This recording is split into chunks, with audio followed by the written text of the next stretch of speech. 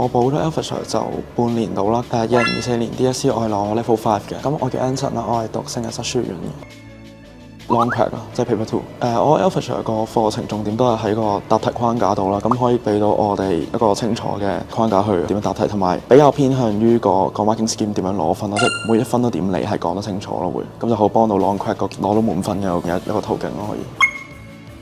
我係中6、9月開始補嘅，咁我都 feel 到 DSE 就係嚟啦，咁我想揾啲補習。咁然後 Econ 係我咁多科 elective 入面算係最有潛質擺入去我 Best 5嘅科，咁所以我就想揾啲補習咁樣咯。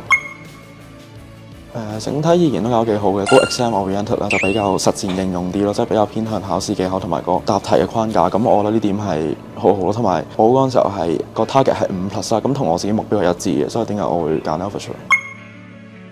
我一路補咁一路去考學項目啊 half year exam， 咁個分都有上到啦，有進步到，咁自然都一定會對 econ 多咗興趣。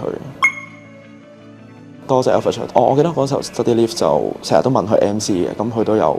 每日都有好快咁答翻我。